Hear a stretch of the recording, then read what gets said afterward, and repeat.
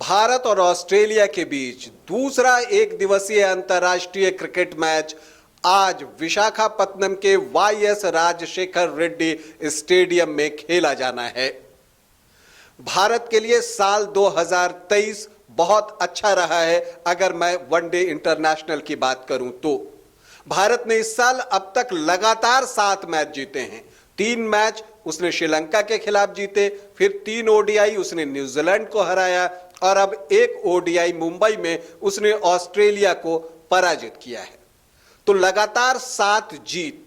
तो इसके बाद आज विशाखापत्तनम में अगर सबसे बड़ा सवाल है तो सवाल यह है कि विशाखापत्तनम में क्या भारतीय टीम अपनी लय को रखेगा बरकरार या ऑस्ट्रेलिया की टीम करेगी पलटवार।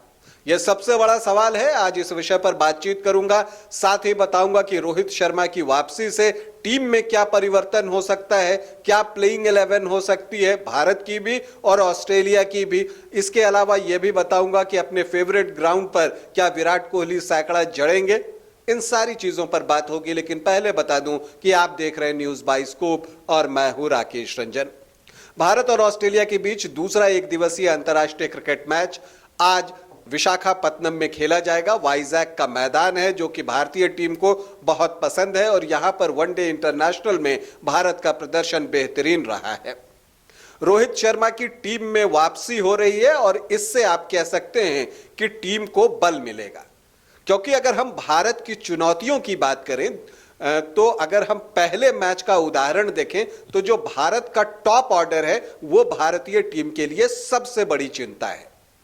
अगर आप देखें कि मुंबई में भारत के टॉप ऑर्डर ने क्या किया है तो डबल फिगर में पहुंचने वाले टॉप 4 में एकमात्र जो बैटर हैं वो शुभमन गिल ही रहे। ईशान किशन को मौका मिला, वो 3 रन बना सके और विराट और सूर्या की अगर हम बात करें तो दोनों जो है बल्ले से कुछ नहीं कर सके। विराट जहां 4 रन बनाकर आउट हुए तो सूर्या अपना खाता भी नहीं खोल सके, जबकि शुभमन गिल ने 20 रन बनाए थे। तो आप देखें कि 4 बैटर्स ने मिलकर 27 रनों का योगदान दिया। तो भारत के लिए सबसे बड़ी चिंता उसका टॉप ऑर्डर है। अब उस टॉप ऑर्डर में रोहित शर्मा के आ जाने से आप कह सकते हैं कि उस टॉप ऑर्डर को एक बल मिलता है, क्योंकि अगर आपको ऑस्ट्रेलिया जैसी टीम का सामना करना है तो आपको अच्छी शुरुआत चाहिए और यह शुरुआत देने के लिए रोहित शर्मा को शुभमन गिल के साथ एक बड़ी साझेदारी करनी होगी ओपनिंग में, ताकि जो आपका मध्य क्रम है उस पर दबाव कम पड़े। अगर आप मुंबई का मैच देखें तो एक तरह से केएल राहुल और रविंद्र जडेजा जब खेल रहे थे तो वो आखिरी एस्टैब्लिश्ड जोड़ी थी, क्योंकि इसके बाद शार्दुल ठाकुर थे और फिर सारे बॉलर्स थे। तो वैसी स्थिति में जबकि आप जो 80s में आपने अपने 5 विकेट गंवा दिए, आपकी आधी टीम लौट गई थी, तो अगर 1 या 2 विकेट वहां निकल जाता तो फिर आखिर में 30-40 रन बनाना भी बहुत मुश्किल हो जाता।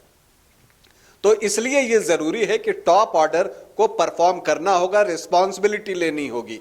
देखिए, आप मिशन वर्ल्ड कप के तैयारियों में लगे हुए हैं, तो यहां पर यह देखना होगा कि जो हमारा टॉप ऑर्डर है वो किस तरह की बल्लेबाजी कर रहा है। शीर्ष क्रम से आप जो है एक बड़े स्कोर की उम्मीद विशाखापत्तनम में करेंगे और ऐसी उम्मीद सभी को है कि रोहित शर्मा ने यहां पर चूंकि शतक भी लगाया है तो जब वो लौटेंगे तो एक बड़ी साझेदारी करेंगे वो शुभमन गिल के साथ। विराट कोहली का भी ये फेवरेट ग्राउंड है, यहां पर सबसे ज्यादा रन बनाने वाले बैटर वही हैं, 3 सेंचुरी भी लगाए हैं। तो अब देखना यह है कि क्या चौथा शतक जो है वो आज आता है। क्या रोहित शर्मा जो कि अपनी फैमिली कमिटमेंट्स की वजह से मुंबई में नहीं खेले थे, अब जब लौट के आए हैं तो क्या उनके बल्ले से सैकड़ा निकलेगा? ये सारे सवाल हैं। हालांकि देखिए, एक अच्छी बात जो मुंबई से रही वो केएल राहुल की बैटिंग रही, लेकिन एक जो बड़ी चिंता की बात है वो है सूर्य कुमार यादव। सूर्य कुमार यादव जो कि T20 के बादशाह हैं, कमाल की बल्लेबाजी उन्होंने क्रिकेट के सबसे छोटे फॉर्मेट में की है और आप कह सकते हैं कि पूरी दुनिया में सबसे सफल T20 के बैटर हैं वो। लेकिन वनडे इंटरनेशनल में उनका वो प्रदर्शन जो है नहीं दिख रहा है। उसकी पुनरावृत्ति, T20 के प्रदर्शन की पुनरावृत्ति वो वनडे इंटरनेशनल में नहीं कर पा रहे हैं और ये चिंता की बात है। अगर हम उनके वनडे इंटरनेशनल के करियर को देखें तो देखिए, उन्होंने शुरुआत अच्छी की थी। जब उन्होंने शुरुआती कुछ मैच खेले थे तो अच्छे खेले थे, लेकिन अब जो है सूर्य कुमार यादव अपने प्रदर्शन से लोगों को निराश कर रहे हैं। और आप तो जानते हैं कि हम लोग जिस देश में हैं, अगर कोई फॉर्म में होता है तो हम उसकी जितनी तारीफ करते हैं, उसके खराब फॉर्म में आने पर हम उसकी आलोचना भी उतनी ही करते हैं। तो ये दौर जो है सूर्या के लिए वैसा आ गया है। सबके मन में यही सवाल है कि सूर्या अपनी चमक क्रिकेट के इस फॉर्मेट में वनडे इंटरनेशनल में बिखेरेंगे या नहीं बिखेरेंगे। क्योंकि देखिए, मैं बार बार कह रहा हूं कि इस साल विश्व कप होना है और जो शुरू के टॉप के 4 बैटर्स हैं उनका प्रदर्शन बहुत जरूरी है। श्रेयस अय्यर इस सीरीज से बाहर हैं, लेकिन मैं विश्व कप के लिहाज से अगर बात करूं तो सूर्या का इस टीम में एस्टैब्लिश होना बहुत जरूरी है, क्योंकि वो एक ऐसे बैटर हैं जो मैच का नक्शा बदलने की काबिलियत रखते हैं। तो अगर वो अपनी लय में लौटते हैं तो वो सबसे महत्वपूर्ण होगा भारतीय टीम के लिए। अगर हम देखें कि हाँ, सूर्य कुमार यादव ने किस तरह का प्रदर्शन किया है और अगर हम उसकी बात करें तो सूर्या ने लास्ट, अगर हम उनके 10 ODI की बात करें तो उनका औसत सिर्फ 13.6 का रहा है और उन्होंने 123 रन बनाए हैं। अगर हम ओवरऑल बात करें तो उनका एवरेज 28.9 का है, 20 मैच 18 इनिंग 433 रन। लेकिन आप ही बताइए कि ये जो एवरेज आप 28.9 का सूर्या का देख रहे हैं वो इसलिए देख पा रहे हैं क्योंकि शुरुआती कुछ मैचेस में, जैसा मैंने आपको थोड़ी देर पहले बताया, वहां पर स्कोर किया था। तो अब जो है ये सवाल है कि बाद में जो है उनका औसत बहुत खराब हुआ है, क्योंकि पिछली 10-12 पारियों को आप देखें तो उनके बल्ले से रन ही नहीं निकल रहा है वनडे इंटरनेशनल में, और ये भारत के लिए बड़ी चिंता की बात है। तो मुझे लगता है कि उन्हें अवसर तो निश्चित तौर पर मिलना चाहिए दूसरे वनडे में भी, क्योंकि आप उन्हें इन तीनों मैचेस में खिलाते हैं तो जब वो खेलेंगे, जब उनके बल्ले से रन आएगा, पिच पर वक्त गुजारेंगे, तब जाकर जो है उन्हें वो कॉन्फिडेंस मिलेगा। खैर, अगर हम बात करें कि प्लेइंग 11 क्या हो सकता है आज के मैच में, तो अगर हम उसे देखें तो जो मुझे लगता है कि भारतीय टीम में एक चेंज तो निश्चित तौर पर होने जा रहा है, और वो चेंज ये होने जा रहा है कि ईशान किशन की जगह पर कप्तान रोहित शर्मा आपको इस मैच में खेलते दिखेंगे। इसके बाद अगर हम बात करें कि और क्या कोई चेंजेस आ सकता है, तो देखिए वाइजैक की पिच को देखिए, यहां पर स्पिनर्स को मदद मिलती है। तो एक टेम्पटेशन ये हो सकता है कि शार्दुल ठाकुर की जगह वाशिंगटन सुंदर को टीम में शामिल किया जाए, उससे आपके स्पिन डिपार्टमेंट में एक वेरिएशन मिल जाएगा।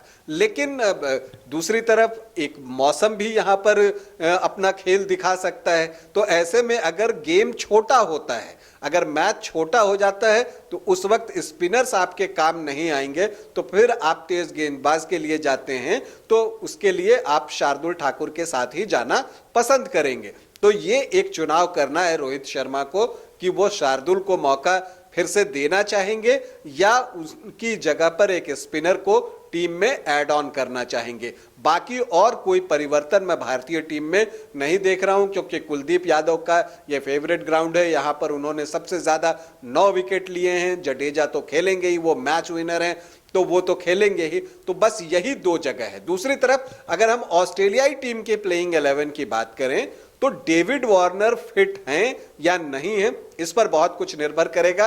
अगर वार्नर फिट हो जाते हैं तो हेड की जगह पर टीम में शामिल किए जा सकते हैं पारी की शुरुआत करने के लिए, क्योंकि पिछले मैच में मिचेल मार्श ने तो कमाल की बैटिंग की थी, लेकिन अन्य बैटर्स उस तरह का योगदान नहीं दे सके। तो यहां पर वार्नर की कमी जो है ऑस्ट्रेलियाई टीम को खली थी। वैसे कमी तो ऑस्ट्रेलियाई टीम को पिछले मैच में पैट कमिंस की भी खली है, जो कि उनके कप्तान थे और यहां नहीं थे। क्योंकि देखिए, मिचेल स्टार्क ने कमाल की बॉलिंग की थी वहां पर, और आपको यह बता दूं कि विशाखापत्तनम वो जगह है जहां पर मिचेल स्टार्क ने अपने ओडीआई करियर की शुरुआत की थी। उनका डेब्यू यही विशाखापत्तनम के वाईएस राजशेखर रेड्डी स्टेडियम में हुआ है। तो वो कमाल की फॉर्म में है, उनकी लय दिख रही है। गेंद को जिस तरह से उन्होंने स्विंग कराया है और अंदर लेकर आए हैं, वो इंडियन बैटर्स की उन्होंने कड़ी परीक्षा ली थी और एक बार फिर जब उन्हें मौका मिलेगा तो वो वाइजैक में भी वो परीक्षा लेने जा रहे हैं। तो उस दिन जहां ऑस्ट्रेलिया हारा शुक्रवार को, तो इसके पीछे एक बड़ी वजह थी कि स्टार्क का साथ देने के लिए कोई नहीं था। पैट कमिंस टीम में नहीं है, तो बाकी जो खिलाड़ी हैं वो उस तरह से, जो बाकी गेंदबाज की हम बात करें, चाहे आप एबॉट की बात कर लें या स्टॉइनिस की बात कर लें, वो कमिंस के कैलिबर के बॉलर नहीं है। तो वहां भारतीय टीम का काम थोड़ा आसान हो गया था, वहां पर सांस लेने के लिए ब्रीदिंग स्पेस जिसे कहते हैं वो मिल गई थी। तो ऑस्ट्रेलियाई टीम को यह भी देखना है कि स्टार्क का साथ उनके बाकी गेंदबाज अच्छे से निभा सकते हैं या नहीं। दूसरे तरफ भारतीय टीम को स्टार्क को बहुत संभल कर बहुत अच्छे ढंग से खेलने की जरूरत है और कोशिश ये करनी है कि स्टार्क रन भले कम दें, विकेट आप स्टार्क को न दें।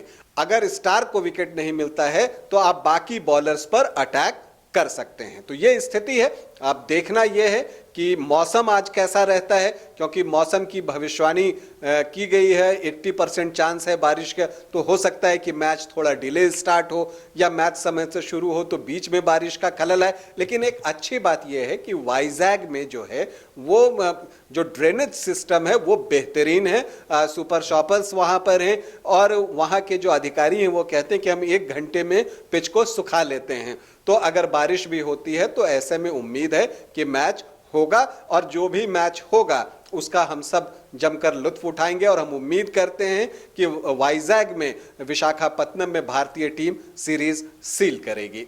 अभी के लिए इतना ही, इजाजत दें, नमस्कार।